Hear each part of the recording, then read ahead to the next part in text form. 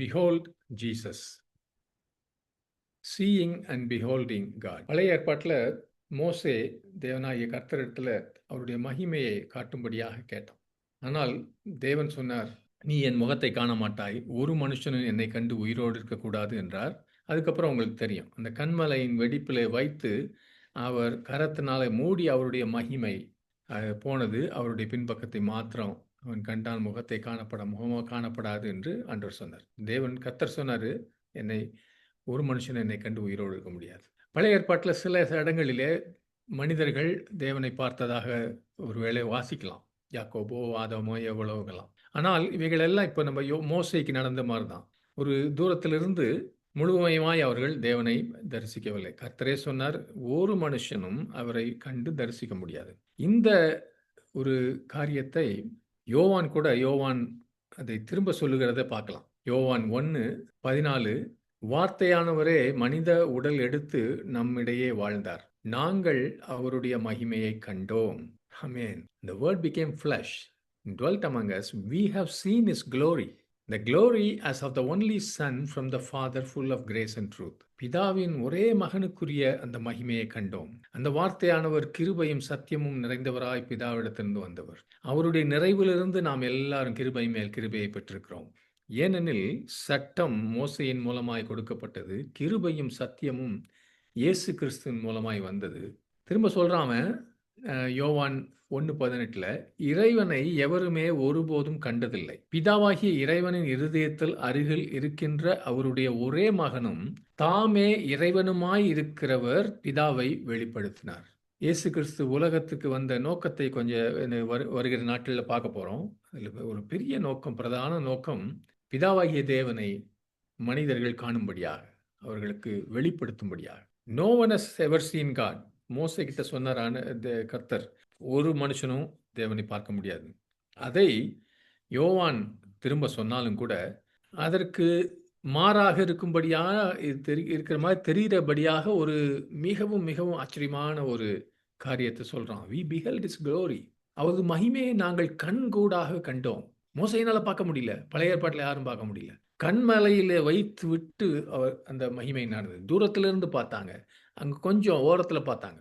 இதை அவருடைய மகிமையை நாங்கள் கண்கூடாக கண்டோம் என்பதை யோவான் திரும்ப 1 யோவான் 1 முதல் வசனத்துல சொல்றத பார்க்கலாம். வாழ்வு தரும் வார்த்தையாகிய கிறிஸ்துவை குறித்து நாங்கள் உங்களுக்கு பிரசித்திப்படுத்துகிறோம். தொடக்கத்தில் இருந்த வார்த்தையாகிய அவரையே நாங்கள் கண்டும் கேட்டும் இருக்கிறோம். அவர் பேசுவதை நாங்கள் கேட்டோம், அவரை எங்கள் கண்களால் கண்டோம், அவரை உற்று பார்த்தோம்.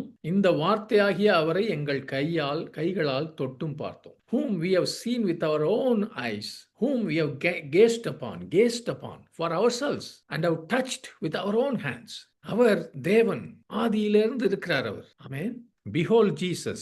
அவரையே கவனித்து உற்று நோக்கி பார். அந்த behold என்ற வார்த்தை வேதத்துல அதுக்கு என்ன அர்த்தம் பார்த்தீங்கன்னா, இந்த 2 வசனத்தை வாசித்தோம். யோவான் 1:18 1 யோவான் 1:1 பார்க்கும்போது யோவான் உபயோகப்படுத்துகிற அந்த கிரேக்க வார்த்தைக்கு அர்த்தம் என்னவென்றால், நான் மிக ஒரு தீவிரமாக பார்த்து, அப்படியே வியப்பாய் பார்த்து, அதையே மிகவும் விசேஷமான ஒரு ஆர்வத்துடன் உற்று பார்த்தேன்.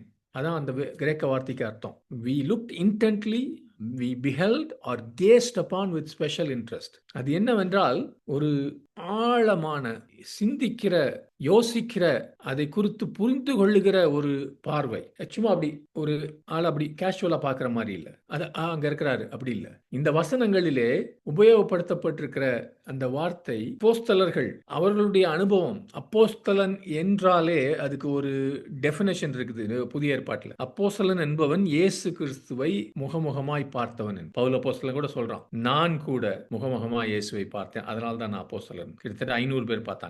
அப்போஸ்தலருடைய அனுபவம், இயேசு கிறிஸ்துவை தரிசித்து உற்று நோக்கி அவரை வியப்பாக பார்த்து அவரை புரிந்து கொள்ளுகிற ஒரு பார்வை. இதை தான் நாம் பார்க்கிறோம். Contemplative case. அவரை பார்க்கும்போது உள்ளுக்குள்ள சிந்தனைகளும் அதிகமான ரிஃப்ளெக்ஷன், நம்மை குறித்தே பிரதிபலிப்பெல்லாம் உள்ளுக்கு நடக்குது. பிஹோல்ட் அப்படின்னா அப்பா இதோ அப்படின்னு தமிழ்ல சில சமயம் எடுக்குது, காண்கிறோம் இப்படி இருக்கு. தமிழ்ல சரியான வார்த்தையை இல்ல, போடல. அதனால தான் பல வார்த்தைகளை உபயோகப்படுத்த வேண்டியது.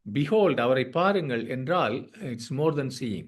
அவரை சும்மா பார்க்கறத விட கவனத்தோடு, அட்டென்ஷன், கான்டம்ப்ளேஷன், அதை குறித்து சிந்தித்துக் கொண்டே அவரை பார்க்கும்போது இதை குறித்த ஒரு புரிதலும் ஒரு முடிவுக்குள்ளும் நம்ம வரும்படியான ஒரு திட்டமும் தெளிவுமான ஒரு பார்வை. அது மாத்திரம் இல்ல, அது தனிப்பட்ட விதத்துல ஒரு அனுபவபூர்வமான பார்வை. It emphasises a specific act of looking. அப்படின்னா நீங்க குறிப்பா போய் பார்க்குறீங்க. Personal, impactful counter. தனிப்பட்ட விதத்துல நான் சொல்லி நீங்க பார்க்கறதில்ல, நீங்க சொல்லி நான் பார்க்கறதில்ல. அல்லது எதையாவது ஒரு ஆளு கேமரால எடுத்து மூவி போட்டு பார்க்கறதில்ல. இந்த ஜீவ வார்த்தையாகிய இயேசு கிறிஸ்துவை தனிப்பட்ட விதத்துல இன்றைக்கு என்னுடைய ஜெபமும் எனக்கும் நம்ம ஒவ்வொருவருக்கும் இந்த தியானங்கள் நடந்து கொண்டிருக்கும் போதே நம்மள இருக்கிற ஒவ்வொருவரும் இந்த அனுபவத்துக்குள்ள வரும். இயேசுவை பார்க்க வேண்டும், இயேசுவை தரிசிக்க வேண்டும், இயேசுவை உற்று நோக்க வேண்டும், இயேசுவை தீவிரமாய் கவனித்து பார்க்க வேண்டும். We have to behold Jesus. That is my prayer for myself and for each one of you. தனிப்பட்ட விதத்துல நான் சொல்லுவதை நீங்க நம்ப தேவையில்லை. வசனம் சொல்லுவதை நம்பி வசனமாகிய அவர் ஜீவனாய் உங்களுக்கு முன்பாக வருவதை பார்க்கணும். இந்த நாட்களில கூட இந்த காரியத்தை தியானித்துக் கொண்டிருக்கும் போதே நான் கடந்த பல வாரங்களாக இதை தியானித்துக் கொண்டிருக்கிறேன். இன்றைக்கு ஆண்டவர் சொன்னது, எங்கெல்லாம் எந்த ஊர்ல எங்கே அபுதாபியோ யுஏஇலையோ வேற வேற இந்தியாலேயோ வேற எங்க இருந்தாலும் இதை கேட்டுக்கொண்டு கவனமாய் இயேசுவை உற்று நோக்கி கொண்டிருக்கிற ஒவ்வொரு உள்ளத்திலும் ஒவ்வொரு இல்லத்திலும் இயேசு அதிசயமாய் இறங்கி அற்புதங்களை செய்யும்படியாக, உங்கள் ஒவ்வொரு இடத்திலும் தனித்தனியாக பேசும்படியாக, இடைப்படும்படியாக, தன்னை வெளிப்படுத்தும்படியாக, வசனம் அந்த வேதத்திலிருந்து வெளியே வரும்படியாக, let the word of God pop up and do powerful work. இதுவரைக்கும் புரியாத காரியங்கள், குழப்பமாயிருக்கிற காரியங்களை எல்லாம் தெளிவாக்கும்படியாக இயேசு கிறிஸ்து நமக்கு தரிசனமாக வேண்டும் என்று நான் ஜெபிக்கிறேன். ஸ்பிரிச்சுவல் பர்செப்ஷன், இது ஒரு ஆவிக்குரிய தரிசனமாக இருக்கிறது. இந்த பிஹோல்ட் ஜீசஸ் சொல்லுது. அது என்னன்னா, ஆண்டவராகிய இயேசு கிறிஸ்துவை பார்க்கும்போது நமக்கு பல பேருக்கு தடையா இருக்கிறது ஏதாவது படத்தையோ சிலையோ யோசிச்சுக்கிட்டா பிரச்சனை உண்டு. இது ஆவிக்குரிய தரிசனம். நீங்களும் நானும் பார்த்த படங்களுக்கும் இயேசு கிறிஸ்துவுக்கும் சம்பந்தம் கிடையாது. நீங்க ஜெபம் பண்ணுங்க, அந்த படங்கள் என் தலையிலிருந்து விலகணும். ஒருவேளை அதுல பழகிருந்தீங்கன்னா, இட்ஸ் a ஸ்பிரிச்சுவல் பர்செப்ஷன். ஆவிக்குரிய ஒரு தெளிவு, ஆவிக்குரிய ஒரு தரிசனம், உள்ளார்ந்த உண்மை. அவர் எப்படி உயரமும் உன்னதமான சிங்காசனத்தில் வீற்றிருக்கிறார். ஒருவரும் சேரக்கூடாத ஒளியிலேன்னு பார்க்கிறோம். இயேசு கிறிஸ்துவுக்கு அந்த மகிமை மறுரூப மலையிலே அவர்கள் பார்த்தபோது அவர்கள் பயந்து நடுங்கினாங்க. அதை ஆவியிலே நாம் தரிசித்து ஆவியிலே அதனுடைய ஆழங்களுக்குள்ளே நுழைய வேண்டும் என்று நாம் இந்த வார்த்தையை நாம் பார்க்கிறோம். அப்படின்னா அதுக்கு சுருக்கமாக சொல்ல வந்தா, பிஹோல்ட், உற்று நோக்கி கவனித்து பார் என்றால் இது மிகவும் தீவிரமான, ஆழமான, அர்த்தபூர்வமான பார்வை. இதுல நம்முடைய சிந்தனையும் ஆவியும் எந்த அளவுக்கு கண் இருக்குதோ, அதுல பார்க்கறதுல கண் இருக்குதோ, அதே அளவுக்கு சிந்தனையும் ஆவியும் அதுல ஒருங்கிணைந்திருக்கணும். கண்ணில் பார்க்கறது, சிந்தனை மண்டலத்தை பார்க்கறது, ஆவியில பார்க்கறது எல்லாம் இணைந்து இருக்க வேண்டும். அதுதான் பிஹோல்ட் என்று நாம் கற்றுக்கொள்கிறோம். யோவான் மாத்திரம் இல்ல, பேதுருவும் சொல்லுகிறான். 2 பேதுரு 1:16 நாங்கள் தந்திரமான கட்டுக்கதைகளை பின்பற்றினவர்களாக அல்ல, அவருடைய மகத்துவத்தை கண்ணார கண்டவர்களாகவே நம்முடைய கர்த்தராகிய இயேசு கிறிஸ்துவின் வல்லமையையும் வருகையையும் உங்களுக்கு அறிவித்தோம். பேதுரு, நான் ரொம்ப யோசிச்சேன். இயேசு கிறிஸ்து இந்த உலகத்தில் இருந்தபோது அவர்களுக்கு ஒரு தரிசனம் இருந்துச்சு. ஆனால் அந்த மகிமையின் தேவனை அவர்கள் கண்ணார கண்டபோது அவர்களுடைய வாழ்க்கையே மாறியது. அவர் சரீரபூர்வமாக அவர்களிடத்தில் இருந்தபோது கூட அவர்கள் தடுமாறினார்கள், பயந்தார்கள், குழப்பத்தில் இருந்தாங்க. ஆனால் அந்த மகிமையான தரிசனத்தை, மகத்துவத்தை அவர்கள் கண்ணார கண்ட பிறகு எதுவும் அவர்களை அசைக்க முடியவில்லை. யாரும் அவர்களை பயமுறுத்த முடியவில்லை. எந்த தடையையும் மேற்கொள்ள முடிந்தது. அப்படிப்பட்ட ஒரு தரிசனம், ஒரு ஆழமான தரிசனம், ஆழமான ஒரு அனுபவம் உங்களுக்கு எனக்கு இருக்குன்னா, நிச்சயமாய் அந்த அப்போஸ்தலர்களை போல ஒரு வல்லமையான வாழ்க்கையை நம்ம நடத்த முடியும். எங்கெல்லாம் இந்த பிஹோல்ட், இதோ பார் பைபிள்ல உபயோகப்படுதோ, பல சமயங்கள்ல பார்த்தீங்கன்னா இது புதிதாக எதிர்பாராத ஒரு காரியத்தை அங்க அறிமுகப்படுத்துறதா இருக்கலாம். யோவான் ஸ்நானகன் சொன்னான், "இதோ தேவ ஆட்டுக்குட்டியானவர், உலகத்தின் பாவங்களை சுமந்து தீர்க்கிற தேவ ஆட்டுக்குட்டியானவர்." ஒரு ஆச்சரியமான ஒரு ஒரு சாதாரண மனுஷன் நடந்து போற மாரி இருக்கும்போது, அங்கேருந்து பாருங்க, "இதோ" அப்படின்னோன எல்லாரும் அங்க பார்க்கணும். இதோன்னா, "அங்க பாருங்க" அப்படின்னு நம்ம சாதாரண தமிழ்ல சொல்லலாம். பிஹோல்ட்னா, "ஓய்! எல்லாத்தையும் நிறுத்து." ஒரு ஆச்சரியமான காரியம் நடக்குது அங்க. "பாரு, பார், பார், பார். இதோ பார்." தேவாட்டுக்குட்டியானவர். அந்த மாரி பல சமயங்கள்ல பார்க்கலாம். அந்த அந்த வார்த்தையினுடைய அர்த்தமே கவனமா இரு, கவனமா நான் சொல்றத கவனி, கவனி, கவனி, கவனின்னு சொல்லுவாங்க தமிழ்ல. அந்த அந்த வார்த்தையில பல இடங்கள்ல பார்த்தீங்கன்னா, அவருடைய அந்த எத பார்க்க சொல்லுதோ பைபிள்ல, ஆயிரக்கணக்கான இடங்கள்ல வருது. இயேசு கிறிஸ்துவ பத்தி மாத்திரம் இல்ல. ஆனா அந்த பிஹோல்ட்ன்ற வார்த்தைய எபிரேய மொழியிலயோ, கிரேக்க மொழியிலயோ உபயோகப்படுத்தும்போது, அதிலேயே நீங்க அப்படியே பிடிபடணும். அந்த காட்சி உங்களை பிடித்துக்கொள்ளணும். You have to be captivated by that. ஒரு காரியத்தை அப்படி நீங்க கவனித்து உற்று நோக்கும்போது, when you behold something, நீங்க கண்களால பார்க்குறீங்க. அதே சமயம் உங்களுடைய கேஸ் அப்படியே உற்று நோக்குவது, என்ன என்னது? இதுக்கு பின்னாடி ஏதோ இருக்குது. ஏன் இப்படி இருக்குது? இத நான் இதுல விஷயம் இருக்குது. உற்றக்கூடாது. இதுல ரொம்ப ரொம்ப முக்கியம். It's super important. இது எல்லாத்தையும் மாற்றுகிற ஒரு காரியத்த நான் பார்த்துக் கொண்டிருக்கிறேன். அந்த அந்த வார்த்தை வரும்போதே வேதத்துல எங்கெல்லாம் வருதோ, நம்மள நமக்கு ஒரு எச்சரிப்பு, அலர்ட் குடுக்குது. அலார்ம் அடிக்கிற மாரி. அதனால நல்லா கவனி, கவனி, கவனி, கவனி. புரிய வேண்டிய காரியம் இருக்குது. ஆண்டவர் சில இடத்துல சொல்லுவார்ல, மெய்யாகவே, மெய்யாகவேன்னு. இங்க இதோ பார் என்று சொல்லும்போது, கவனித்து புரிவதற்கு உன் காதுகளையும், மனதையும், ஆவியையும் திறந்து வைத்திரு. நான் சொன்னேன் இல்லையா, பழைய ஏற்பாட்டுல பெரிய பெரிய தேவ புருஷர்கள் கூட, மோசே, ஆபிரகாம், நீங்க அத பார்த்தீங்கன்னா, அவங்க எல்லாருமே ஒரு தூரத்துல இருந்து தான் பார்த்தாங்க, தேவனுடைய மகிமைய. ஆனால் சாதாரண விசுவாசிகள், அதுக்கு சில பேருக்கு ஏக்கமா இருந்துச்சு. மோசே சொன்ன மாரி ஏக்கமா இருந்துச்சு. அப்ப கூட ஒரு ஓரத்த தான் பார்த்தாங்க. ஆனால் ஒரு சாதாரண இஸ்ரவேல் ஜனங்கள் அந்த மகிமையை பார்ப்பதற்கு மிகவும், மிகவும் பயந்தார்கள். நீங்க யாத்திராகமம் 34ல போய் பார்த்தீங்கன்னா, மோசே வந்த பயந்தாங்க. மோசே இருந்தது ரிஃப்ளெக்டட் குளோரி. ஒரு பிரதிபலிக்கிற, குறைந்து போகிற ஒரு மகிமை. தேவ மகிமையை எப்படி பார்ப்பாங்க? மோசேயினுடைய முகத்துல இருந்த மகிமையை பார்க்கறதுக்கு பயந்தாங்க. ஆனால் இன்றைக்கு சகோதரனே, சகோதரியே, யோவானும் பேதுருவும் அப்போஸ்தலர்களும் சாட்சி சொன்னது போல, ஒவ்வொரு கிறிஸ்தவ விசுவாசிக்கும் இயேசுவை தரிசிப்பது, இயேசுவை உற்று நோக்கி கவனிப்பது என்பது ஒரு ஸ்லாக்கியம் மாத்திரம் அல்ல. அது ஒரு கட்டளையாகவும், ஒரு தேவைப்பட்ட ஒரு காரியமாகவும் இருக்கு. எழுதி வச்சுக்கங்க. It's a command to behold Jesus for a New Testament believer. புதிய ஏற்பாட்டு விசுவாசிக்கு இயேசுவை உற்று நோக்கி கவனித்து தரிசிப்பது என்பது ஒரு கட்டளை. ஆமென். ஏன் அப்படி? நீங்களும் நானும் எதை உற்று கவனித்து தரிசிக்கிறோமோ, அதைப் போல தான் நாம் மாறுவோம். இன்னைக்கு உங்க கவனம் எங்க இருக்குது? நீங்க தொடர்ந்து அடிக்கடி எதை யோசித்துக் கொண்டிருக்கீங்க?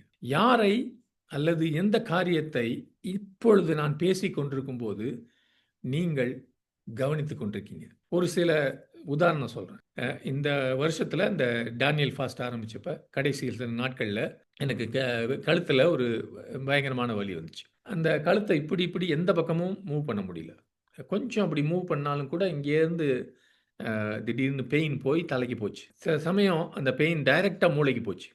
அது பல சமயங்கள்ல சகிக்க முடியல. நான் தூங்கினாலும், உட்கார்ந்திருந்தாலும், நடந்தாலும், எழுந்தாலும், உண்டாலும் இந்த காரியம் தலையில ஓடிட்டே இருந்துச்சு. நான் என்னதான் யோசிச்சாலும், என்னதான் செய்து கொண்டிருந்தாலும், என்னுடைய சிந்தனையின் கண்கள் இந்த வலி மேல தான் கவனமா இருந்துச்சு. அதேபோல இன்றைக்கு நான் பேசிக் கொண்டிருக்கும்போதே, இங்கே யாருடைய உங்களுக்கு ஒரு நெருக்கமான ஒரு உறவினரோ, நண்பரோ, அவர்கள் தங்களுடைய ஜீவனுக்காக ஐசியூல போராடிக் கொண்டிருக்காங்க. அல்லது உங்களுக்கு இருக்கிற ஒரு பெரிய கடன் சீக்கிரமாய் அடுத்த வாரமோ, அடுத்த மாசமோ அத கட்டணும். ஆனா கையில பணம் இல்ல. வேலை இழந்து போன நேரம். வேலை போயிருச்சு, புது வேலைக்காக தேடுறீங்க. அல்லது நல்ல பக்கம் பார்த்தீங்கன்னா, ஒருவர் நேத்தோ, போன வாரமோ, போன மாசமோ தான் கல்யாணம் பண்ணிக்கிட்டீங்க. ஒரு பெரிய காரியம் நடந்துருச்சு. அல்லது நடக்கப் போகுது. அது நம்முடைய கவனமாக மாறுகிறது. அதுவே நம்முடைய அப்சஷன் ஒரு அ வெறியாக இருக்குது. எங்க இருக்கிறோமோ, என்னத்த செய்து கொண்டிருக்கோமோ, யாரோட இருக்கிறோமோ, நாம் அந்த காரியத்த தான் நம்ப உற்று நோக்கி கவனித்துக் கொண்டிருக்கிறோம். வேற காரியமெல்லாம் கீழ போயிருச்சு. இன்றைக்கு சகோதரனே, சகோதரியே, நீ உன்னுடைய தேக சுகத்தாலயோ அல்லது உன்னுடைய பண காரியங்களை குறித்தோ, உன்னுடைய வாழ்க்கையின் நோக்கம், ஆம்பிஷன் குறித்தோ, உன்னுடைய கணவனையோ, மனைவியை குறித்தோ, உன் பிள்ளைகளை குறித்தோ, அல்லது நீ கட்டிக்கொண்டிருக்கிற வீடை குறித்தோ, நீ முன்பாக இருக்கிற ஒரு பெரிய ஒரு போராட்டத்தை குறித்தோ, இவைகளை குறித்து நீ இயேசுவை பார்க்கிறதை விட, இயேசுவை கவனிக்கிறதை விட, இவைகளை அதிகமாய் கவனிக்கிறாயா?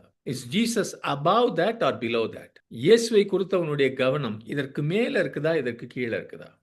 மாறாக நீ இயேசுவை குறித்து பார்க்கும்போது, அவர் இந்த ஒரு பெரிய பிரச்சனை, பெரிய தேவை, இதை நான் சமாளிக்கும்படியாக அவர் வந்து எனக்கு உதவி செய்ய வேண்டிய ஒரு ஊழியக்காரன் என்று அவரை பார்க்கிறாயா? இதெல்லாம் நம்ம ஒவ்வொருவரும் நம்மை நாமே கேட்டுக்கொள்ள வேண்டியது. அதனால நாம் இன்னைக்கு நான் யோசிக்கிறதும், வருகிற வாரங்களில் யோசிப்பதும் நம்முடைய விசுவாச அறிக்கைகளை பற்றி அல்ல. இயேசு என்னுடைய இரட்சகர், இயேசு என்னுடைய ஆண்டவர், இயேசு என்னுடைய மீட்பர், இயேசு திரும்பவும் வரப்போகிற ராஜா, இப்படிப்பட்ட விசுவாச அறிக்கைகளை பற்றி நாம் சிந்திக்க போறதில்லை. இதற்கு மாறாக நாம் உண்மையும் உத்தமமாய் நம்முடைய இருதயத்திலிருந்து நாம் நமக்குள்ள பிரதிபலிக்க வேண்டியது பரிசுத்த ஆவியானவர் உதவியோடு வசனத்தின் வெளிச்சத்தில் டு ஐ பிஹோல்ட் ஜீசஸ், நான் இயேசுவை உற்று நோக்கி கவனித்து பார்க்கிறேனா, தீவிரமாய் கவனிக்கிறேனா? இதை திரும்ப சொல்றேன், what are who you behold is what you become. நீ யாரை எதை கவனிக்கிறாயோ அதை போலதான் மாறுவாய். சில வசனங்களை சொன்னா உங்களுக்கு புரியும்னு நினைக்கிறேன். சாதகமான வசனம் பார்த்தீங்கன்னா, சங்கீதம் பல பேருக்கு தெரிஞ்சிருக்கும் இந்த வசனம். They looked to him and were radiant, and their faces shall never blush for shame or be confused. அவர்கள் அவரை நோக்கி பார்த்து பிரகாசம் அடைந்தார்கள், அவர்கள் முகங்கள் வெட்கப்படவில்லை. அவரை பார்த்து நோக்கி பார்த்து பிரகாசம் அடைந்தார்கள். 1 யோவான் 3:2-3, 1 John 3:2-3. அன்பானவர்களே, இப்போது நாம் இறைவனுடைய பிள்ளைகளாயிருக்கிறோம். இனிமேல் எவ்வாறு இருப்போம் என்பது இன்னும் வெளிப்படுத்தப்படவில்லை. ஆனால் அவர் மீண்டும் வெளிப்படும் போது நாம் அவரை போலவே இருப்போம் என்பதை அறிந்திருக்கின்றோம். ஏனெனில் அவர் இருக்கின்றபடியே அவரை நாம் காண்போம். அவரில் இவ்விதமாய் நம்பிக்கையுடைய ஒவ்வொருவரும் கிறிஸ்து தூய்மையாயிருப்பது போல தன்னையும் தூய்மையாக்கி கொள்வார். அவர் சொல்றாரு, when he appears we shall be like him because we shall see him as he is. அவர் வெளிப்படும் போது அவர் இருக்கிறபடியே நாம் அவரை காண்பதனால நாமும் அப்படி ஆறும்.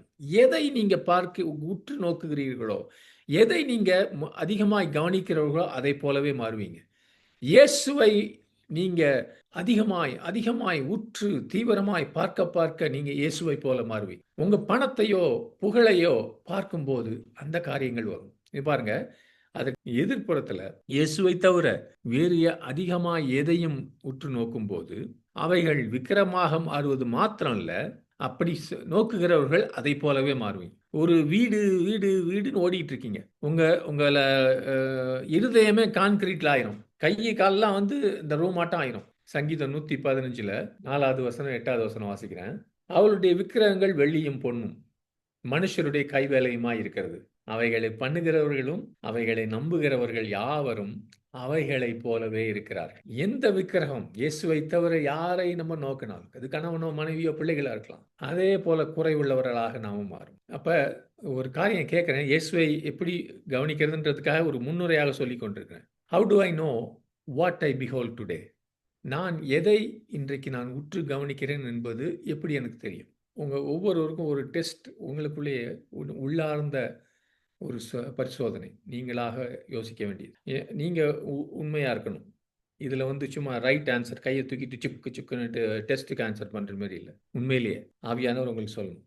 Just need to be honest with yourself and with the holy spirit. நான் இரவிலே கண்ணை மூடி தூங்குவதற்கு முன்பாக யாரை எதை யோசிக்கிறேன்? காலையில் படுக்கையிலிருந்து எழுந்த உடனே யாரை குறித்து எதை குறித்து நான் யோசிக்கிறேன்? நீங்கள் யோசிங்க, அது ஒரு ஐடியா உங்களுக்கு கொடுக்கும். எது உங்களோட கவனமாக இருக்குது? பவுல் சொன்னா, நான் வாழ்ந்தால் கிறிஸ்துவுக்காகவே, to me live is Christ. அது நல்ல ஒரு முதிர்ச்சியான ஒரு நிலைமை. அந்த அளவுக்கு நான் இல்லாமல் இருக்கலாம். சங்கீதக்காரன் ஆசாப் சொன்னா, பரலோகத்தில் உம்மையன்றி எனக்கு யார் உண்டு, பூமியிலும் உம்மை தவிர எனக்கு வேறொரு விருப்பமும் இல்லை, என் உடலும் உள்ளமும் சோர்ந்து போயிற்று, ஆனால் இறைவனே என்றென்றைக்கும் நீரே என் இருதயத்தின் பலனும் எனக்குரியவருமாய் இருக்கிறீர். இந்த நிலைமையிலும் இதெல்லாம் பாடுவதற்கு அழகான பாடல்கள். ஆனால் உண்மையான நிலைமையாக இந்த லெவலுக்கு இல்லாமல் இருக்கலாம். ஆனால் சகோதரி, நான் ப்ராக்டிக்கலாக சொல்கிறேன், அந்த மாதிரி சும்மா பாட்டு பாடி எதையாவது சொல்லிட்டு ஓடுறதுக்காக இந்த காரியங்கள் இடத்துல we have to be real. உண்மையை பேசணும். நீங்களும் நானும் அந்த பவுல் சொல்ற மாதிரி இருந்தா, அந்த ஆசாப் சொல்ற மாதிரி இருந்தா, இந்த நேரத்துல இந்த பைபிள் ஸ்டடியிலே உட்கார்ந்திருக்க வேணாம். உலகத்தை கலக்கிட்டு இருப்பீங்க. நானும் அப்படி இல்ல. இங்க இருக்கிற ஒரு ஆளும் அப்படி இல்ல. But I can start seeking Jesus. இயேசுவை நான் தேடி கவனித்து உற்று நோக்கிற காரியத்தை நான் எப்படி எளிதாக ஆரம்பிக்க முடியும்னா, என்னுடைய நாளின் கடைசி தியானமும் முதல் நினைவும் இயேசு கிறிஸ்துவை குறித்து இருக்கட்டும். ஆமென். அதையாவது ஆரம்பிப்போம். காலையில எழுந்திருச்ச உடனே இயேசு என்று சொல்லி இயேசுவை தரிசிங்க. வேற எதையும் திங்க் பண்றதுக்கு முன்னாடி. வேலையில இது இருக்குது, ஊர்ல இருந்து கூப்பிட்டாங்க, அதை பண்ணாங்க, வாட்ஸ்அப் இது சொல்லுது, அது சொல்லுது. நீங்க சொல்லலாம், பிரதர் நீங்க எல்லாம் சொல்றீங்க, என்னோட சூழ்நிலை உங்களுக்கு தெரியாது அப்படின்னு சொல்லலாம். உண்மைதான். எனக்கு உங்களோட சூழ்நிலை தெரியாது. அதனால்தான் நீங்க என்னைய குறித்து நினைக்காதீங்க. ஏன்னா எனக்கு ஒன்றும் தெரியாது உங்களை பத்தி. யாரை பத்தி நினைக்காதீங்க. வேற யாருக்கும் உங்களுடைய சூழ்நிலை தெரியாது. ஒருவருக்கு தான் தெரியும். உங்கள் உள்ளத்திலே அந்தகரணத்திலே சிந்தனை வருவதற்கு முன்பாக ஒருவருக்கு தான் தெரியும். அது அவர் பேர் இயேசு கிறிஸ்து. அவர் ஒருவருக்கே உன்னுடைய நாளையை குறித்தும் தெரியும். இன்றைய உன்னுடைய இருதயத்தின் நிலைமையை குறித்தும் அவர் ஒருவருக்கே தெரியும். நீ அவரை பார். Behold Jesus over your situation. நான் சொல்றேன், நல்ல கவனிங்க. தயவு செய்து உன் சூழ்நிலைக்கு மேலாக இயேசுவை பார். உன்னுடைய பலவீனத்துக்கு மேலாக இயேசுவை நோக்கிப்பார். உன்னுடைய தேவைக்கு மேலாக இயேசுவை நோக்கிப்பார். உன்னுடைய எதிரிக்கு மேலாக இயேசு உயரமும் உன்னதமா இருக்கிறத பார். உன்னுடைய வியாதியும் வலிக்கும் மேலாக இயேசுவை பார். அவரே பரிகாரி. உன்னுடைய குடும்பத்துக்கு மேலாக, உன்னுடைய வேலைக்கு மேலாக இயேசுவை நோக்கிப்பார். அவரை வைத்துப்பார். ஆமென். He is in charge. He is sovereign. அவர் ராஜரீகம் செய்து சகலத்தையும் ஆளுகிறவர். அப்படி நீ தரிசிக்க ஆரம்பி. இயேசுவை கவனித்து பார்ப்பது என்பதுல சமநிலைத்துவமே கிடையாது. ஏனென்றால் அதை நீங்க ஒரு நாள்ல 24 மணி நேரம் செஞ்சாலும் யூ ஆர் நாட் எக்ஸ்ட்ரீமிஸ்ட். நீ தீவிரவாதி கிடையாது. அவரை தரிசிப்பதற்கும் உற்று நோக்குவதற்கும் எல்லையே கிடையாது, லிமிட் கிடையாது. ஏனென்றால் எவ்விதத்திலும் அவர் எல்லையற்றவர். இன்றைக்கு நாம் அவரை தரிசிக்க ஆரம்பித்து நித்தியமாய் நம்ம அவரை தரிசித்தாலும் அவரை குறித்த வெளிப்பாடுகளுக்கு முடிவே இல்லை. நாம் முடித்துவிட முடியாது. அப்படிப்பட்ட மகத்துவம், சொல்லி முடியாத மகத்துவம் உள்ளவர் இயேசு கிறிஸ்து. அவரை தரிசிக்கும் போது அவருக்கு இருக்கிற சில பரிமாணங்களை பார்க்கதை குறித்து ஒரு சில காரியங்களை சொல்றேன். சீஷர்கள் இயேசுவை பார்த்தபோது மனுஷகுமாரனாக பார்த்தாங்க. களைப்போடு, பசியோடு, இரத்த வேர்வை சிந்துகிறதை, அதிசயங்கள் செய்கிறதை, போதிக்கிறது, பிரசங்கம் பண்றது, அவரை நண்பராக பார்த்தாங்க, நல்ல போதகராக பார்த்தாங்க. அவர் சிலுவையிலே நிர்வாணியாய் தொங்குகிறத பார்த்தாங்க. அவருடைய முதுகு பிளக்கப்பட்டதை பார்த்தாங்க. உலகத்தின் பாவங்களை சுமந்து தீர்த்த அந்த பாடுகளை பார்த்தாங்க. இவைகளெல்லாம் அவங்க பார்த்தபோது அது ஒரு அழகான பார்வையாக இல்லை அவங்களுக்கு. அவங்க உற்று நோக்கிய போது ஓடிட்டாங்க. அவங்களால அந்த தரிசனத்தை சகிக்க முடியல. ஆனால் அவைகளெல்லாம் சீக்கிரமா மாறப்போகுது. அப்போஸ்தலர் 1:9-11 வரைக்கும். ஆக்ட்ஸ் 1:9. இவைகளை அவர் சொன்ன பின்பு அவர்கள் பார்த்து கொண்டிருக்கையில் உயர எடுத்துக்கொள்ளப்பட்டார். அவர்கள் கண்களுக்கு மறைவாக ஒரு மேகம் அவரை எடுத்துக்கொண்டது. அவர் போகிற போது அவர்கள் வானத்தை அண்ணாந்து பார்த்து கொண்டிருக்கையில் இதோ வெண்மையான வஸ்திரம் தரித்தவர்கள் 2 பேர் அவர் அருகே நின்று, கலிலேயராகிய மனுஷரே, நீங்கள் ஏன் வானத்தை அண்ணாந்து பார்த்து இருக்கிறீர்கள்? உங்களிடத்திலிருந்து வானத்துக்கு எடுத்துக்கொள்ளப்பட்ட இந்த இயேசுவானவர் எப்படி உங்கள் கண்ணுக்கு முன்பாக வானத்துக்கு எழுந்தருளி போனாரோ அப்படியே மறுபடியும் வருவார் என்றார்கள். ஆமென். வானத்தை உற்று பார்த்து கொண்டிருந்தாங்க, மகிமைக்கு போகிற இயேசுவை. அது ஒரு அருமையான காரியம். They looked steadfastly toward heaven as he went up. அது நல்ல ஒரு பார்வை. ஏனென்றால் இயேசு கிறிஸ்து பிதாவின் வலது பாரிசத்திலே பரலோகத்தில் வீற்றிருக்கிறார். அவர் மகிமைப்பட்டவராக நீங்க பாருங்க. இஸ் லிஃப்டட் அப். உயர எழுப்பப்பட்டு எல்லா உயரத்துக்கும் மேலான ஒரு உயரத்துக்கு எழுப்பப்பட்டிருக்கிறார். பிதாவின் வலது பாரிசம், the same level as God. அந்த அளவுக்கு உயரப்பட்டு இன்றைக்கு பரலோக சேனைகள் ஓயாமல் அவரை பாடி துதித்து கொண்டிருக்கிறத நீங்க பார்க்கலாம். அதே சமயத்துல எபிரேயர் 12 யாராவது எடுத்து முதல் 3 வசனங்களை வாசிங்க. ஆகையால் மேகம் போன்ற இத்தனை திரளான சாட்சிகள் நம்மை சூழ்ந்து கொண்டிருக்க, பாரமான யாவற்றையும் நம்மை சுற்றி நெருங்கி நிற்கிற பாவத்தையும் தள்ளிவிட்டு விசுவாசத்தை துவக்கிறவரும் முடிக்கிறவருமா இருக்கிற இயேசுவை நோக்கி நமக்கு நியமித்திருக்கிற ஓட்டத்தில் பொறுமையோட ஓடக்கடவோம். அவர் தமக்கு முன் வைத்திருந்த சந்தோஷத்தின் பொருட்டு அவமானத்தை எண்ணாமல் சிலுவையை சகித்து தேவனுடைய சிங்காசனத்தின் வலது பாரிசத்தில் வீற்றிருக்கிறார். ஆகையால் நீங்கள் இளைப்புள்ளவர்களாய் உங்கள் ஆத்துமாக்களில் சோர்ந்து போகாதபடிக்கு தமக்கு விரோதமாய் பாவிகளால் செய்யப்பட்ட இவ்விதமான விபரீதங்களை சகித்த அவரையே நினைத்துக் கொள்ளுங்கள். ஆமென். இதை நம்ம சாதாரணமாக படிக்கலாம், சாதாரண மேம்போக்காக சும்மா அப்படியே ஓடலாம். இங்க நான் ஏற்கனவே சொன்னேன், இயேசு கிறிஸ்துவை நோக்கும் போது உங்களுக்கு ஒரு மாற்றம் வரும். ஆமென். நமது கண்களை இயேசுவின் மீது நமது கண்களை பதிவு வைப்போம். ஆமென். இயேசு கிறிஸ்துவை குறித்து சிந்தியுங்கள். இந்த 2 காரியத்தையும் சொல்றாரு. Consider him and looking and Jesus, the author and finisher of our faith. இந்த 2 காரியத்தையும் நாம் கவனிக்கும் போது, every time you behold Jesus, எப்போதெல்லாம் நம்ம இயேசுவை கவனிக்கிறோமோ, அவர் யார், அவர் என்ன செய்தார், என்ன செய்து கொண்டிருக்கிறார், என்ன செய்ய போகிறார் என்பதை நாம் உற்று கவனிக்கும் போது ஒரு அதிசயம், இயற்கைக்கு அப்பாற்பட்ட ஒரு காரியம் உங்கள் வாழ்க்கையில் நடக்கப் போகிறது. நடக்கும், நிச்சயமாய் நடக்கும். எப்பொழுதெல்லாம் நீங்க இயேசுவை அப்படி பார்க்குறீங்களோ உங்க வாழ்க்கை மாறும், மறுரூபமாகும், உள்ளேயும் வெளியேயும். இது மிகவும் ஒரு அருமையான ஒரு காரியம், ஆச்சரியமான காரியம். நான் ஒரு உதாரணம் சொல்றேன். கடந்த ஒரு 4 வாரங்களாக இதே தான் தினம் தியானிச்சுட்டு இருக்கேன். ஒரு 2-3 வாரத்துக்கு முன்பாக இயேசுவை அப்படியே யோசிச்சுக்கிட்டே இருக்கும்போது, இயேசுவை என்னெல்லாம் அவர் பேசுறாரு, பக்கம் பக்கமா பேசுறாரு. அவரை பற்றி வெளிப்படுத்தணும்னா ஆவியானவருக்கு அவ்வளவு சந்தோஷம். என்கிட்ட வந்து பார்த்தீங்கன்னா அவ்வளவு ஆண்டவர் சொன்ன நோட்ஸ் நிறைய இருக்குது. ஒரு நாள் அப்படியே யோசிச்சுக்கிட்டே இருக்கும்போது நல்ல ஒரு வெளிப்பாடு எனக்கு தெரிஞ்சிச்சு. பரலோகத்தில் இருக்க பிதா என் மேல பிரியப்படுகிறார் என்று. இந்த காரியத்தை செய்வதனால தேவ தூதர்கள் எங்க வீட்டுல வந்து உற்று பார்த்து கொண்டிருக்கிறது ஆவியில என்னால உணர முடிஞ்சிச்சு. பாருங்க, இப்படி நம்ம எந்த சூழ்நிலையில இருந்தாலும் இயேசுவை கவனிக்கும் போது இயற்கைக்கு அப்பாற்பட்ட காரியங்கள் உங்கள் வாழ்க்கையில நடக்கும். உங்க அனுதின போராட்டத்திலிருந்து தப்பிப்பதற்காக அவரை பார்க்கிறதா இல்லை, அதுக்காக இல்லை, அவைகளை மேற்கொள்வதற்காக இயேசுவை பார்க்க வேண்டும். ஏதோ ஒரு கற்பனை உலகத்துல, இந்த சினிமால போய் உட்கார்ந்துருக்காங்கல்ல, அவன் டான்ஸ் ஆடுவான், நம்ம கொஞ்ச நேரம் தருத்தரத்தையும் பிரச்சனையும் மறந்துட்டு போய் சினிமா பார்க்கலாம் ஆளுங்க போய் உட்கார்றாங்க. ஒரு கனவு உலகத்துல. அப்படி இல்லை, அப்படிப்பட்ட ஒரு கனவு உலகத்துல இருப்பதற்காக அவரை நீங்கள் கண்டு தரிசிப்பதில்லை. அவரை நீங்கள் தரிசிப்பது ஒரு நிறைவான வாழ்க்கையை வாழ்வதற்காக, இப்பொழுது எங்கேயும் நித்தியத்திலும் எப்பொழுதும் வாழ்வதற்காக. எந்த அளவுக்கு இயேசுவை நீங்க தரிசிக்கிறீங்களோ அந்த அளவுக்கு உங்க வாழ்க்கையில நிறைவு பொங்கி வழியும், இப்பொழுதும் எப்பொழுதும். எந்த வாழ்க்கையில எந்த சூழ்நிலையிலும், உங்க வாழ்க்கையில நீங்க வாலிபனோ சிறுவனோ வளர்ந்தவர்களோ எந்த ஸ்டேஜ் இருந்தாலும், எந்த காலகட்டத்திலும் உங்க வாழ்க்கையில் இருக்கிற ஒவ்வொரு சவாலுக்கும் நீங்களும் நானும் இயேசுவை பார்க்கும்போது அவரிடத்துல இருக்கிற ஒரு பரிமாணம் அந்த சூழ்நிலைக்கு, அந்த காலகட்டத்துக்கு, அந்த சூழ்நிலைக்கு, அந்த சவாலுக்கு பேசும். பேசுறது மாத்திரம் இல்ல, கிரியை செய்யும். அதை நாம் அதிகமாய் அதுதான் அங்க இந்த உதாரணமா பார்த்தோம் எபிரேயர்ல. பொறுமையாய் இருக்கிறத பத்தி அவரை குறித்து நம்ம அப்படி தரிசிக்கும் போது விசுவாசத்துல மனம் தளர்ந்து சோர்ந்து போகாதபடிக்கு நமக்கு ஒரு பலனை அவர் தருவார். ஆமென். அப்படி ஒவ்வொரு விதத்திலும் பார்த்தால் அவரை குறித்து அந்த சரியான தரிசனத்தை ஆவியானவர் சொல்லும்போது, அதை பார்க்கும்போது உங்களுடைய இன்றைக்கு இருக்கிற நிலைமையில ஒரு உண்மையிலேயே ஒரு ஜீவன் உள்ளுக்கு வரும். வியாதி படுக்கையை ஆண்டவர் மாற்றுவார், பலவீனத்தை ஆண்டவர் மாற்றுவார், கெட்ட பழக்க வழக்கங்களிலே ஒரு விடுதலை தருவார் இயேசுவை கவனிக்கும் போது.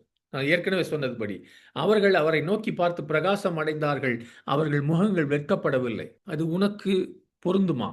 நீ இயேசுவின் மீட்பின் வல்லமையை, அவர் மீட்பர் என்கிற அவருடைய ஸ்தானத்தை, அந்த மீட்பில் இருக்கிற கரத்தை நீ தியானித்தால் உன் முகத்திலே தொடர்ந்து வெட்கம் இருக்கவே இருக்காது. உன்னுடைய முகம் மகிமையால் பிரகாசம் அடையும். ஏனென்றால் நீ பார்க்க ஆரம்பித்தாய், என் மீட்பர் என்னுடைய வெட்கத்தை, என்னுடைய பரியாசங்களை சிலுவையில சுமந்து அதற்கு பதிலாக எனக்கு மகிமை, அவருடைய மகிமையை கொடுத்திருக்கிறார் என்ற வெளிப்பாடு. இது தியரி இல்லை, தியாலஜி இல்லை, இறையியல் இல்லை, உபதேசம், டாக்டரின் இல்லை.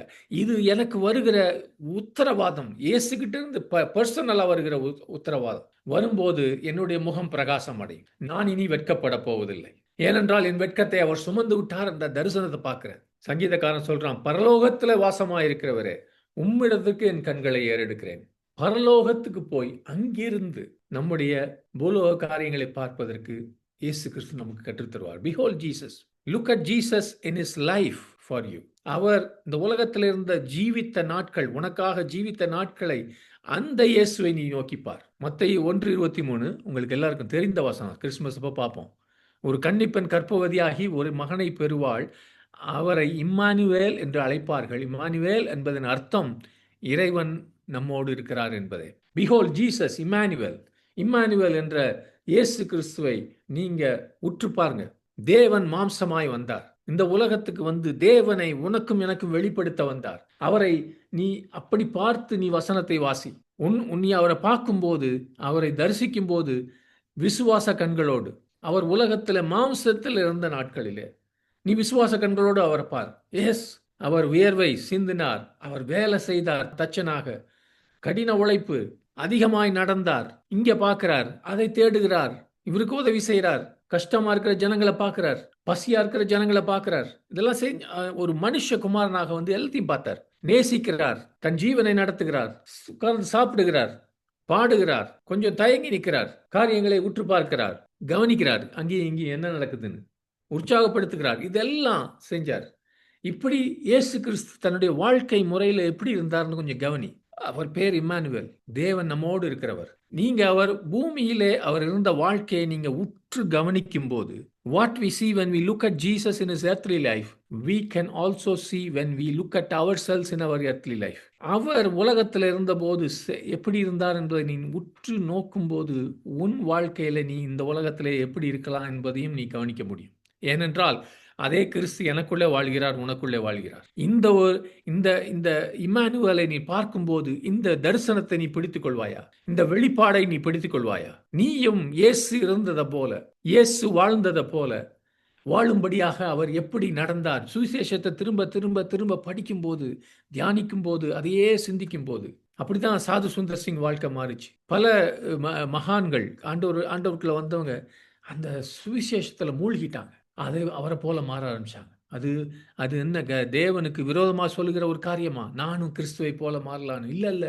இந்த வெளிப்பாடு இன்னும் அதிகமாய் உனக்குள்ளே எனக்குள்ளேயும் வரணும். வசனம் சொல்லுது, கிறிஸ்து இயேசுவில் இருந்த மனப்பான்மையே உங்களிலும் இருக்கட்டும். In your life you must think and act like Christ Jesus. உன் வாழ்க்கையிலே நீ இயேசுவை போல சிந்தித்து, இயேசுவை போல கிரியை செய்ய வேண்டும், நடந்து கொள்ள வேண்டும் என்று வாசிக்கிறோம் பிலிப்பியர்ல. ரோமர்ல பார்க்கிறோம், அவர்கள் தம்முடைய மகனின் சாயலுக்கு ஒப்பாக இருப்பதற்காக அவர்களை முன்குறித்து கொண்டார். He God predestined us to be conformed to the image of his son.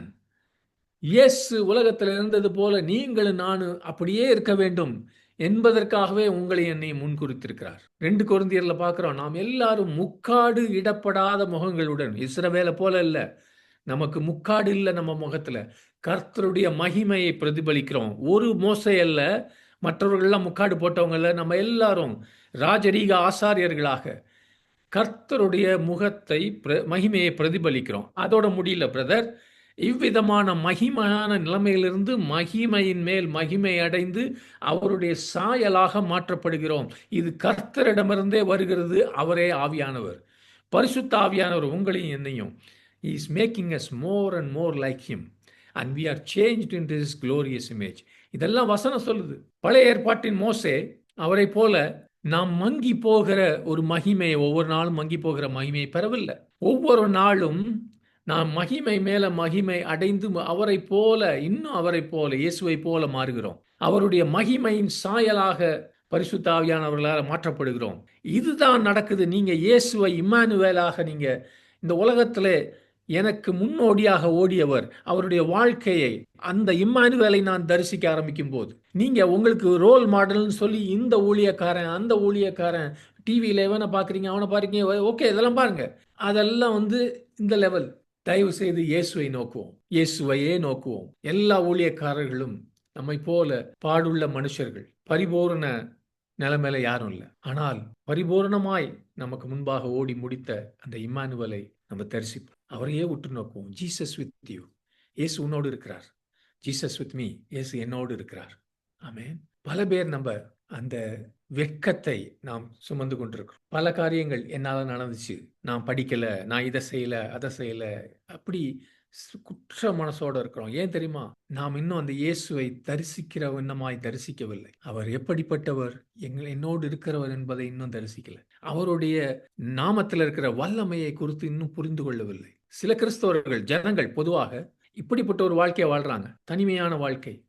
இயேசு கிறிஸ்து அவர்களோடு இணைந்து கிரியை செய்வார் என்ற அறிவுக்குள்ளே வராமல் தனியாக வாழ்ந்து கொண்டிருக்காங்க. Behold Jesus in life for you. உன் வாழ்க்கையில இருக்கிற இயேசுவை நீ நோக்கிப்பார். யோவான் ஸ்நானகன் சொன்னான், Behold the Lamb of God. இதோ பாருங்கள் இறைவனின் ஆட்டுக்குட்டி. தேவன் மாம்சத்திலே வெளிப்பட்டார் என்று இந்த இம்மானுவேலை குறித்து 1 தீமோத்தேயுல சொல்றார். யோவான் சொல்றார், அந்த வார்த்தை மாம்சமாகி கிருபையினாலும் சத்தியத்தினால் நிறைந்தவராய் நமக்குள்ளே வாசம் பண்ணினார். ஹல்லேலூயா. ஆமென். கலாத்தியர் 4:4 பார்க்கிறோம், காலம் பூர்த்தியான பொழுது இறைவன் தம்முடைய மகனை பெண்ணிடத்தில் பிறக்கின்ற ஒருவராகவும் அனுப்பினார். அவர் பிதாவின் வலது பாரசத்தில் அமர்ந்திருப்பது உண்மை, அப்படியும் பார்க்கணும். ஆனால் என் வாழ்க்கைக்கு இன்றைக்கு ஒரு முன்மாதிரியாக அவர் இருந்த வண்ணமாகவே அவர் மாம்சத்தில் வந்து இந்த உலகத்தில் இருந்தார். நம்ப தகுந்ததும் முழுமையாக ஏற்றுக்கொள்ளப்பட வேண்டியதுமான கூற்று இது. பாவிகளை ரட்சிப்பதற்காக கிறிஸ்து இயேசு உலகத்துக்கு வந்தார். இம்மானுவேல் என்று அவரை பார்க்கும்போது அவர் நம்மை ரட்சிக்கிறார். ரட்சிப்பது மாத்திரமல்ல, நம்மையும் அவரோடு சேர்ந்து இரட்சகர்களாக மாற்றுகிறார். என்னன்னா, நம்மளுடைய நற்குணத்தால் யாரையும் ரட்சிக்க முடியாது. இயேசு கிறிஸ்து முழு விலைக்கரத்தையும் கொடுத்தார். அந்த நற்செய்தியை நீங்களும் நானும் மற்றவர்களுக்கு சொல்லும்போது அந்த நற்செய்தியில் இருக்கிற வல்லமை மூலமாக ஜனங்கள் ரட்சிக்கப்படுகிறார். உங்களையும் அந்த ரட்சிப்பின் பாதையிலே இரட்சகர்களுடைய பிரதிநிதியாக உங்களையும் என்னை அனுப்புகிறார். You become little saviors by taking the message of the gospel message, power gospel. உங்க இயேசு கிறிஸ்துவை நீங்க இந்த உற்று நோக்கும் போது, உலகத்தில் அவர் இருந்தபோது, அவருக்கு இந்த உலகத்தில் இருந்தபோது அவருக்கு என்ன மிஷன் இருந்துச்சு, அவருக்கு என்ன நோக்கம் இருந்துச்சு, அதை நீங்க கவனிக்கும் போது, அவர் இந்த உலகத்தில் இருந்தபோது அந்த வல்லமையான அந்த ஜீவன் உங்களுக்குள்ளே வந்து அவர் நடந்த அதே மிஷன் நீங்க தொடக்கும்படியாக உங்களுக்கு ஆண்டவர் சொல்வார், காட்டி கொடுப்பார். ஆமென். அவர் எந்த ஒரு மிஷன்ல நடந்தார்? கர்த்தருடைய ஆவியானவர் என்மேல் இருக்கிறார், என்னை ஏழைகளுக்கு நற்செய்தியை அறிவிக்கும்படி அவர் என்னை அபிஷேகம் பண்ணினார், என்னை சிறைப்பட்டவர்களுக்கு விடுதலை அறிவிக்கவும், குருடருக்கு பார்வையை அளிக்கவும், ஒடுக்கப்பட்டவர்களை விடுதலையாக்கவும், கர்த்தருடைய தயவின் வருடத்தை பிரசித்தப்படுத்தவும் என்னை அனுப்பினார். அதை நீங்க நல்லா கவனிக்கும் போது, இதையெல்லாம் அவர் செய்தார். அதையெல்லாம் கவனிக்கும் போது அந்த இயேசு கிறிஸ்து உனக்குள்ளே வந்து அவர் எப்படி அந்த நாட்களிலே வாழ்ந்தாரோ அதே மூலமாக செய்ய ஆரம்பிப்பார். அவர் உலகத்தில் இருந்த நாட்களிலே ஜெபித்த போது அவர் பதிலை எதிர்பார்த்தார். நீயும் ஜெபிக்கும் போது பதிலை எதிர்பார்க்க. அவர் ஒரு குஷ்டரோகியை பார்த்தபோது அவனை சொஸ்தமாக்கினார். நீயும் சொஸ்தமாக்கலாம். குருடனை பார்த்தபோது அவனுக்கு கண் பார்வையை அளித்தார். நீயும் செய்யலாம். விபச்சாரியை சுத்தமாக்கினார். நீயும் செய்யலாம். சமாரிய ஸ்திரியை மன்னித்து அவளுக்கு ஜீவ தண்ணீரை கொடுத்து அவள் திரும்ப தாகமடையாதபடி பார்த்து கொண்டார். நீயும் செய்யலாம். அந்த கதரேயனாகிய அந்த அசுத்தாவி பிடித்தவனை அவனை விடுவித்து அவனுடைய சிந்தனை மண்டலம் எல்லாவற்றையும் சுத்தமாக்கி அவனுக்குள்ள இருந்த அந்த ஆயிரக்கணக்கான அசுத்தாவிகளை துரத்தி அவனையும் ஒரு பிரசங்கியாக மாற்றினார். சுவிசேஷ பிரசங்கியாக. நீயும் இவைகளை எல்லாம் இயேசு கிறிஸ்து இந்த அவருடைய வாழ்க்கை நாட்களில் இருந்ததை நீ கவனி கவனி கவனி உற்று நோக்கும் போது நீயும் இவைகள் எல்லாம் செய்யலாம். பாருங்க, யாரை பார்க்கிறோமோ எதை பார்க்கிறோமோ அதை போல நாமும் மாறுவோம். இது முக்கியமாய் இயேசு கிறிஸ்துவை குறித்து பார்க்கும்போது முக்கியமான சத்தியம். ஆமென். Behold the Son of God. தேவகுமாரனை நீங்க தரிசிங்க, பாருங்க. என்ன போல ஒன்றுக்கும் உதவாத ஆளை மேல தேவன் என்னை வைத்து என்ன செய்ய முடியும்னா, இயேசு கிறிஸ்துவின் அவர் ஜீவ நாட்களை நீங்க அவர் ஜீவ நாட்களில் இருந்தது தரிசிங்க. ஒரு படமாட்டம் வரணும். காஸ்பல் சுவிசேஷம் வாசிக்கும் போது கதையாட்டம் இல்லை, உண்மையில தரிசனமாய் வரணும். அந்த இடத்துல நான் இருக்கிறேன், அவரோட இருக்கிறேன். 5 அப்பம் 2 மீன் கொடுக்கும்போது அவர் கையிலேருந்து வாங்கி நான் கொடுக்குறேன். உங்களை அங்கே கொண்டு போய் வைங்க. நீங்க போய் ஒருத்தருக்கு ஜெபம் பண்ண போறீங்க. அந்த ஜெபத்துக்கு அந்த மனுஷனுக்கு பதில் வருமா? நசரேயனாகிய இயேசு கிறிஸ்துவை நீங்க பார்க்க ஆரம்பிங்க. அவர் செய்ததை பாருங்க. இன்னைக்கு உனக்குள்ளும் உன் மூலமும் என்ன செய்வார் என்பதை நீ தரிசிக்க ஆரம்பிச்சிரு. ஆமென். ஹல்லேலூயா.